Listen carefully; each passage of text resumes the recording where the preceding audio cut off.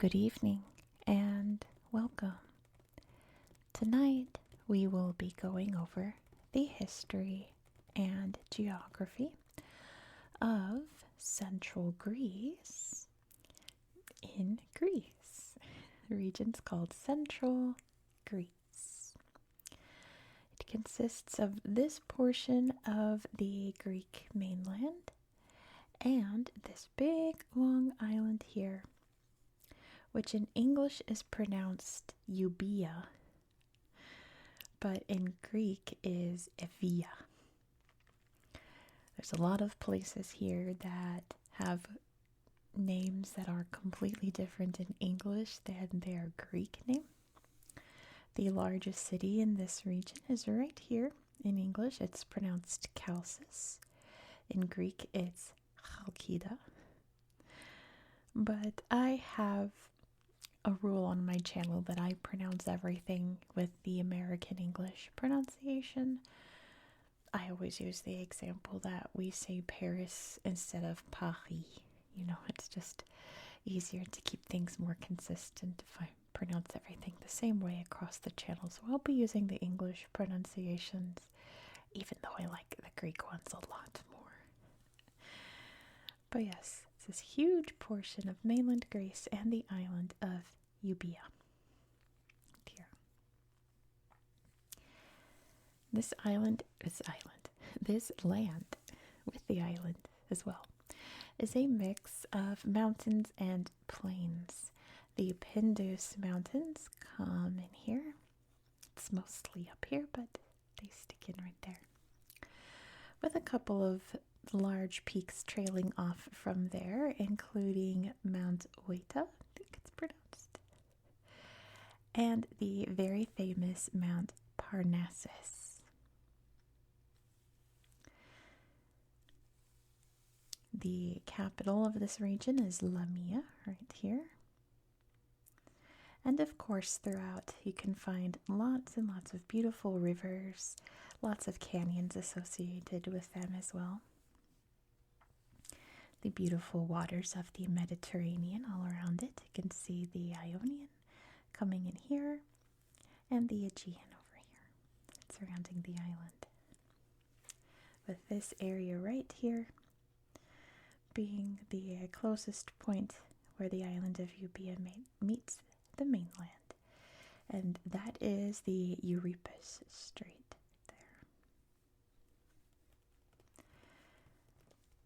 There are 2 UNESCO sites in this region. We're going to have a lot of UNESCO sites this week. It's really exciting. We've got some good ones. I'll start with the more mundane UNESCO site, I suppose. There we go. Make sure it's in frame there. Starting with the monasteries of Daphne, Hosios, Lucas, and Neomone of Chios. Bonnie's here. Hey, baby Bon. I'm filming this on her birthday. She's 1 year old. I can't believe it. Okay. Although geographically distant from each other, these 3 monasteries, the first is in Attica near Athens, the second in Phocida near Delphi, that's what we're talking about tonight, and the third on an island in the Aegean Sea near Asia Minor, belong to the same typological series and share the same aesthetic characteristics. Bonnie's on top of the desk now. The churches are built on a cross-in square plan with a large dome supported by squinches defining an octagonal space. In the 11th and 12th centuries, they were decorated with superb marble works as well as mosaics on a gold background, all characteristic of the Second Golden Age of Byzantine art. You can see on the map here, we're talking about this one right here. Phocida, I think. Let's see if there's, I'm not sure if there's any pictures of it, but they're all very similarly shaped and designed. The beautiful dome that you see on a lot of Greek Orthodox churches, in this case monasteries. The beautiful art inside, and mosaics and paintings. Yeah, very, very beautiful buildings. But the most famous, by far, UNESCO site, look at this Byzantine art, very Byzantine looking mosaics, is the archaeological site of Delphi. The Pan-Hellenic sanctuary of Delphi, where the oracle of Apollo spoke, was the site of the omphalos, the navel of the world, blending harmoniously with the superb landscape and charged with sacred meaning. Delphi in the 6th century BCE was indeed the religious center and symbol of unity of the ancient Greek world. And of course, we're going to look at this site on Google Earth. But it's pretty famous. The standing columns. There's a big temple of Athena that you can still see a big arch of. If there's any pictures and the pretty columns. But yeah, this is like, if you know anything about ancient Greece, you've heard of Delphi and the Oracle of Delphi. This is like the famous spot right here. It's gorgeous, isn't it? Look at the pretty rainbow too. How nice. But yeah, we'll of course look at this and its nearby museum on Google Earth later in the video. Sorry if the camera's wobbling a lot. Bonnie is now grooming herself on top of my desk. Hopefully it's not too distracting. But let's get into the history here with a footnote that a lot of history happened here. And usually my problem is that the places I talk about don't have a lot of history. Like the last place we were at in Finland, nothing really happened in that area. A whole lot has happened here, almost too much to mention in a brief recap of its history. So I will be summarizing things. I will be skipping a couple of conflicts. Some invasions in the Middle Ages occurred that I'm just going to pass over, because it's not worth saying these people invaded and occupied for 10 years and then these people invaded and occupied for 20 years. It's just an overview, a generalization of this big area of Greece. And I say that knowing that we're going to an even bigger area in a few days. So be sure to subscribe for that. From what we know from archaeology, this area was first settled by the Mycenaeans in the 15th century BCE. There were probably people there before that, but there's definitely evidence of that. If I remember, we'll look at some sites on Google Earth where we found remains of their civilization. Very interesting fact is over here in Chalcis. The people that lived here on the shores of the island developed writing, the first to develop writing in what's now Greece. The Etruscans over there was like, wow, that's pretty cool. Can we have writing? And they took the letters, brought them back to what's now Italy, making them their own. The Etruscans eventually settled in an area known as Latium, and that language became Latin.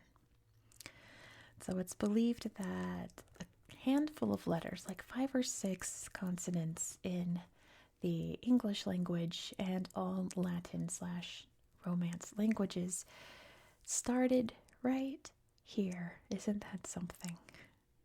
That's pretty neat. The origins of the alphabet as we know it today most likely begin right there.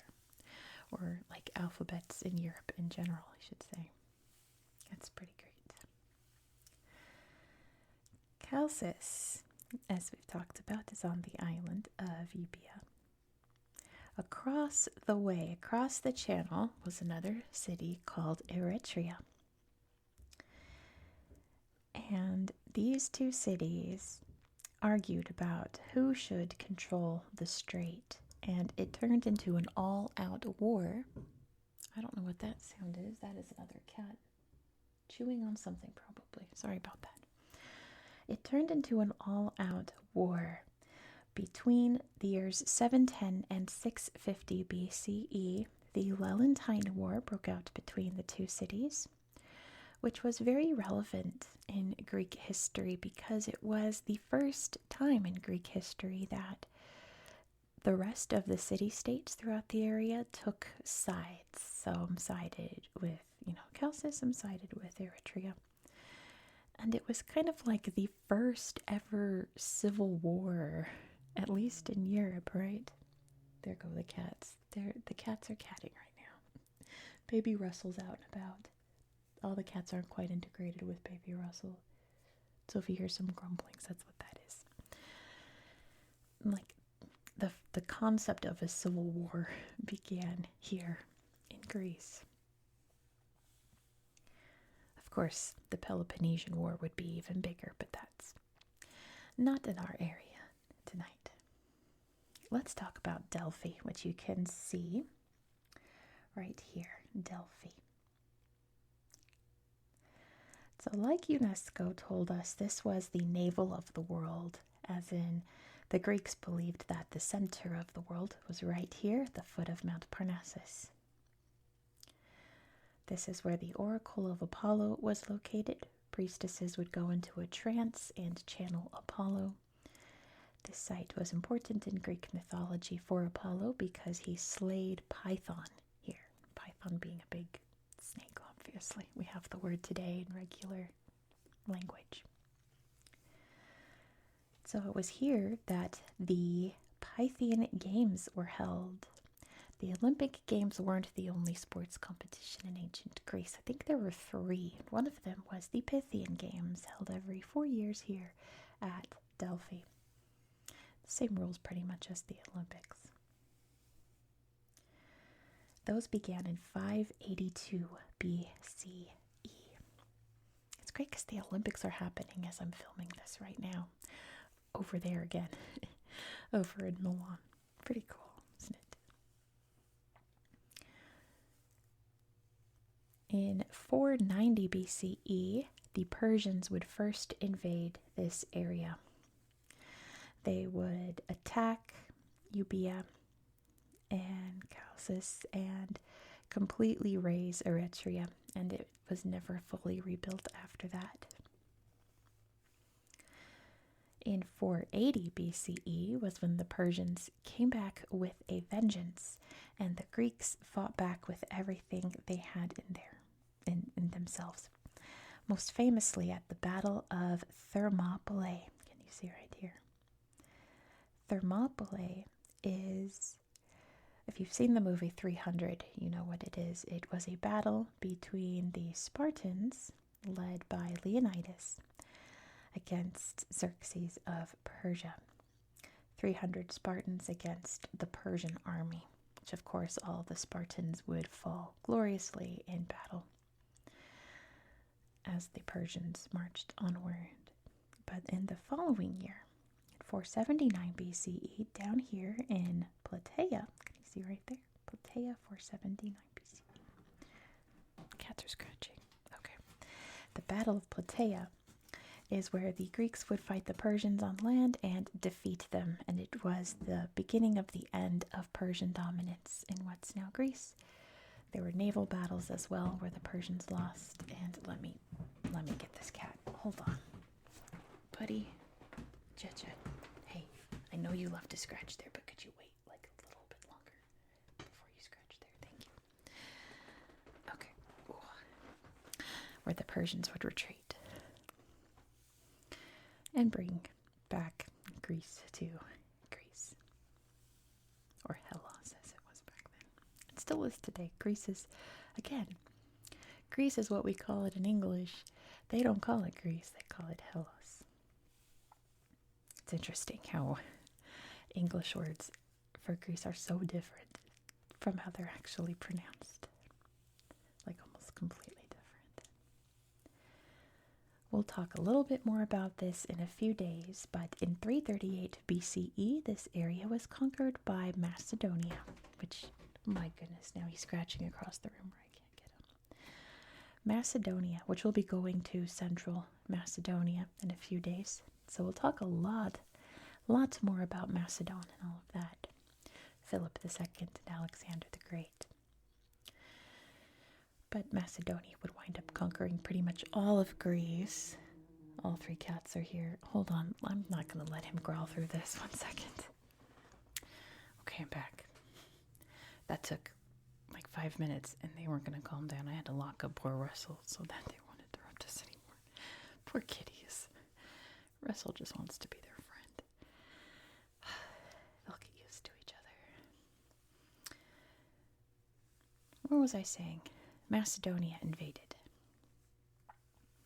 Eventually, this area would come under control of the Romans.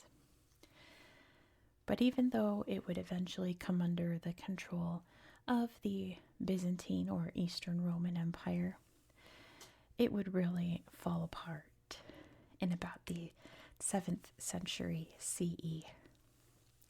Slavic peoples came into this area invading, and there were many battles involving that we won't get into. They renamed Lamia to Zetunion during that time, and it was known as that through most of the Middle Ages. But jumping to the Fourth Crusade in 1216, I hear Russell crying. I feel so bad. 1216. It was a disaster. If you know about the Fourth Crusade, it completely fell apart. The Knights Templar wound up sacking Constantinople, and this area was in the aftermath. We won't get into it. In the aftermath, was divided up among various powers. Most of the mainland went to the Franks, and Euboea went to the Venetians over in Venice. And that would change. There were lots of invasions, blah, blah, blah. We won't get into that. Just know that this area had a lot of conflict in it, let's say.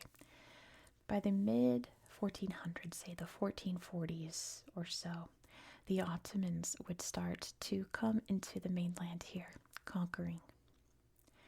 They would conquer Chalcis and the island of Euboea in 1470. And this area came under the control of the Ottoman Empire until the Greek War of Independence, which Greek would attain in the year 1830, and it would slowly but surely come under what was then the Kingdom of Greece. Now, what is also interesting about Chalcis is that it's believed, gosh, now Jed is growling at him through the door. I cannot win, you guys. Chalcis is believed to also be not just where the oldest alphabet that we have today came from in English, but also most likely the oldest Jewish population in Europe lived here. And, lived here for a very, very long time. Unfortunately, World War II would roll around and the Holocaust would reach Greece, and many Jewish people in this area would lose their lives, but also many would be smuggled out through Euboea off to safer ports. The only other modern information I found was about the wildfires. I'm from California. Every summer there are terrible wildfires throughout. And I've never been to Greece, but I've heard that the weather over in the Bay Area where I used to live is almost exactly like this area here of Greece. And what those two have in common is apparently wildfires. Greece seems to deal with very intense summertime wildfires every year. In 2021, there was a massive one on Euboea. I think it might still be the largest in Greek history. Don't quote me on that. I didn't verify that fact. I just read it somewhere. But that is an ongoing problem in Greece and will probably continue to be ongoing while we are living in a climate crisis. But that is essentially the history and geography of Central Greece. Now, before we head over to Google Earth, Just note that there is a lot to see here. There's a lot of history, a lot of beautiful sights, a lot of nature. So I'm just going to show you some highlights, some places that are important in history or interesting things that I found throughout the area. We might poke around a little bit and explore, but just know that we aren't going to visit every single historical site here because we will be here for ages. You're going to see it immediately, but I'm about to go corral some cats and deal with them. Probably have to wait until they calm down before I film it, so it's probably going to be like an hour later. But for you, it will be a moment, just an instant. So with that being said, why don't we hop over to the tablet and look at Central Greece on Google Earth. Let's go. Here we are in Central Greece. But let's start by zooming out so you can see exactly where we are in the world. Sorry for cars outside. It's the middle of the day now. It's a whole to do. I went back to bed because I was filming very early in the morning. And of course, right when I start filming again, the cats start acting up. But here is Greece. Greece is the southern part of the Balkan Peninsula, sticking out into the Mediterranean Sea. Very easy to find on a map. Especially you can just locate Italy and Turkey. Greece is right in the middle. And we are right in the middle, and they're right in the middle of that area. Central Greece. So where to start? Yes, we can look up here at, all the beautiful mountains, but like I said, we're just going to be doing the biggest hits. We're going to start down here in Lamia. Up here on the hills above are some pretty interesting sights. You can see right here, at least I believe so. Not that, it's right here. Let me make sure. Yep, it turns off the everything now. The Archaeological Museum and the castle is up here. Let's look at the museum. Of course, beautiful statues. Look at the drapery on that. That's so amazing. Little statuettes as well. All kinds of artifacts. Jewelry. And the castle walls as well. And what's left of it. Beautiful Greek pottery. What are those? Maybe horns? Little toot horns. Beautiful pottery. Look at those. Look at this. The tiny jars. What do you put in little jars that small? There goes Bonnie up on top of the desk again, where she likes to be when I film. How beautiful. And then this is Lamia Fortress. If I recall, I think this was destroyed by the Ottomans, I want to say. It was built during or just after the Fourth Crusade. If I recall correctly, I could be confusing it with other buildings I read about, so don't quote me on that. This looks like this was an owl gone beheaded. Poor owl. Beautiful little path there, isn't that neat? And the Greek flag, of course. Very amazing. I really didn't find anything else to show you in like the capital.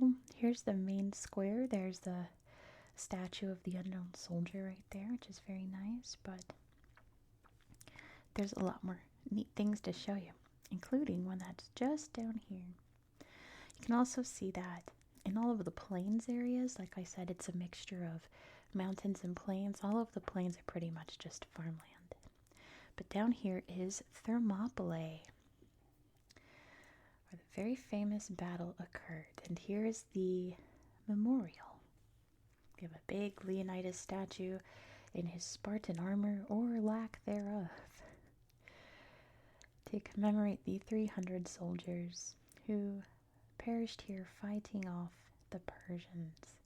And again, 300, I feel like it gets memed a lot. I think it's a wonderful movie. There's full Spartan armor right there. I think it's a very well done film. And like 95% historically accurate. Oh, they're taking a dip right there. There's a map of the battle. And look, it looks like they have reenactments. That's pretty cool. Or at least photo shoots. Something or other. But yeah, that's where the Battle of Thermopylae occurred. Look at this river gorge. Like I also said, all of the canyons throughout, they're all gorgeous. I found a bunch of them. They all look like this. They're all absolutely stunning. Just beautiful works of art by Mother Nature. All these big rock cliffs with all the trees on them. Looks like there's a railroad that comes through here. Little goats roaming around. The beautiful farmland. Probably growing olives, wheat, things like that. Yeah, pretty neat. Let's head over to I'm trying to remember all the things I wanted to show you. Oh, let's just do Delphi while we're down here. Here's Mount Parnassus. Big old Mount Parnassus. Probably like the second most famous mountain in Greece, and in a couple days we'll go to the first. If you know, you know. But look how snowy it gets. You don't really associate snow with Greece, do you? Looks like they have skiing here. And it's, of course, beautiful in the snowmelt springtime. Look at those beautiful waterfalls. And down here is the town of Delphi.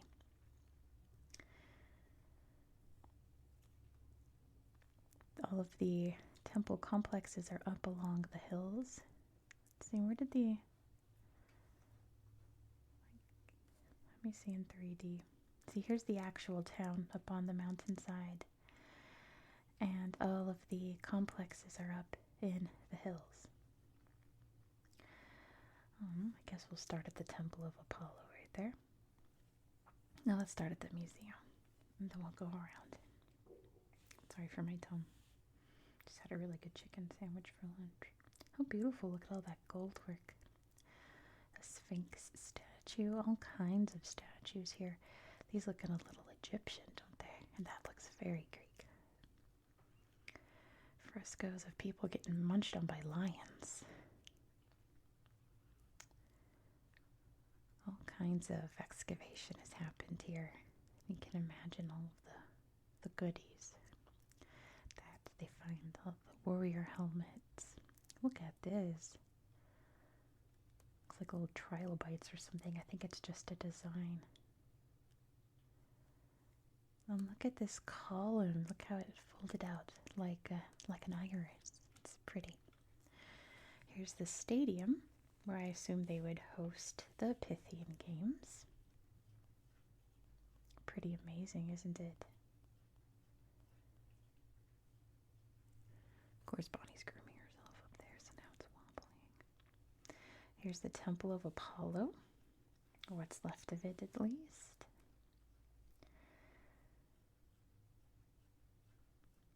I would say probably the most important site, but one of many. That one we'll look at next. Look how pretty. That's so beautiful. That's what it would have looked like back in the day. This is the Castalian Spring, which is still flowing today.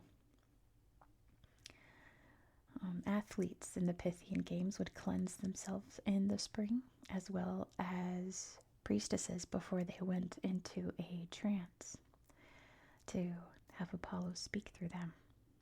Just really incredible that it's still flowing. And of course there's caves throughout. There's a cool cave up here.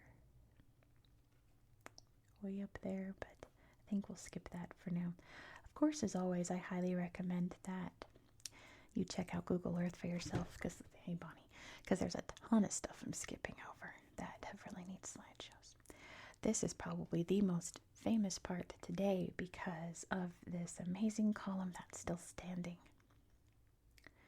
This is the Temple of Athena, or the Tholos. I'm not sure. Of course, Athena being very important because Athens is not too terribly far away. it is from above. Isn't that incredible? And this is all excavated as well. This was all overgrown for many, many, many years. You know, one of my favorite, I say ASMR channels, but she doesn't necessarily do ASMR, but it's Sarah Louise Tilsley. She went here last summer and filmed a video of her walking around. It's really nice. I really enjoyed it. It's not ASMR, but she does do a lot of ASMR content. I'll link it down below in the description. Look how gorgeous that is. She did a couple videos here. Alright, that is the very famous Oracle of Delphi, the center, the navel of the world. Let's head over to Chalcis. I'm trying to remember what I wanted to show you over here. Look at this Karababa Castle. Definitely sounds a little Ottoman, doesn't it? But maybe not. I'm not sure. I didn't research this castle. Interesting. It's a great name. Don't get me wrong. And you can see the big city across the way. Probably what I saw most was the seaside when I was researching. Lots of people like to come here, and understandably so. It's the gorgeous Mediterranean, but it's also a very famous port. Loud cars outside. Goodbye, loud car. Goodbye, loud car. Get out the little flags here. I think they must be all the states of Greece or the regions of Greece, or I'm not sure. Oh, look, traditional dress there, having a parade. Very Greek pride parade, I guess. But yeah, there are two bridges. This one going more into the center of central Greece, and this one heads toward Athens. Let me see. Anything else I wanted to show you here? I feel like there was, that I was like, oh, don't forget that. I don't remember. Let me just, it must not have been that important if I don't remember. Let's look at the main slideshow here. A little beach area. You know I'm all about the beach. Look at this very cute little Greek church here with the whitewashed walls and blue roofs. Maybe that's a tourist thing for people to take pictures at. The two towers of Mythica, what is that? Oh, that's neat. More ruins. I say more, I haven't shown you any yet, but I found like so many while exploring this area. It's like, oh wow, more ruins. Like, let's see this. And look at this. Or what's left of it. Looks like that was a wall. They're all over the place here. They're literally just scattered throughout. There's too many to show you. So like I said, please, please, please explore Greece, central Greece, in your own time. Pretty sure the biggest mountain on Euboea, goodness, Evia is this one, Delphi. I'm not sure. It's very beautiful. Looks volcanic. And all snowy. That's pretty great. Look how beautiful. The clouds above. Oh, and look in the autumn. That's a beautiful landscape. I really didn't find much on the island out here, so if anyone out there is watching this going, oh, you have to look at this, let me know in the comments, okay? So that we can all check it out. Alright, let me pull the borders back up. Let me see if I can find that one Mycenaean site that I stumbled upon randomly while I was poking around. It was somewhere down here in the south. Ponticalus, that sounds like an aqueduct. Oh, it's a bridge, sorry. Pontia. Very cool. Let's see if I can find it. I don't know. it was called, but I'll know it when I see it because it had a really weird name and it was in English. Not a lot down here is in English. It's mostly in Greek. I don't know if I'm going to find it. I wonder if I just typed in like Mycenaean ruins. Would anything pop up? Maybe this is something? Oh, it's a waterfall. How beautiful is that? Wait. Very cool. Down there from the mountains. You can go skydiving there. Not me, but you can. I'll pass. Let's see. Greece is so beautiful. I have a friend that goes to Greece every summer. She goes to a different island every summer with her family. Very jealous. But she lives in Europe, so she has that luxury. Apparently flights are really cheap where she lives in Belgium. Let's see. I don't think I'm going to find it. Let's see.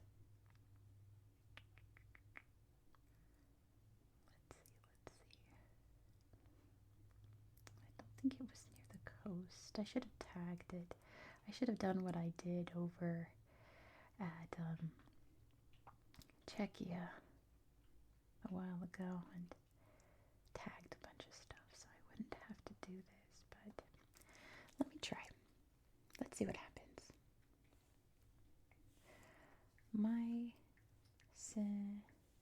Mycenaean. Oh, it's going to take me to Mycenae.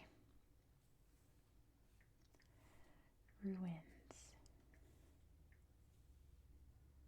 No, it's going to take me to Mycenae. Oh, darn. Oh, well. It's just a bunch of rocks today anyway. Maybe one of you will find it and let me know in the comments being like, was this it? And I'll be like, yeah, that was it. It's a really good slideshow, but that's okay. Let's find another cool spot to look at. Who knows, maybe we'll come across it. Maybe it wasn't in the south at all. I swear it was, though. You know where I think wait, what was that? More Parnassus stuff. We could look at that cave if all else fails.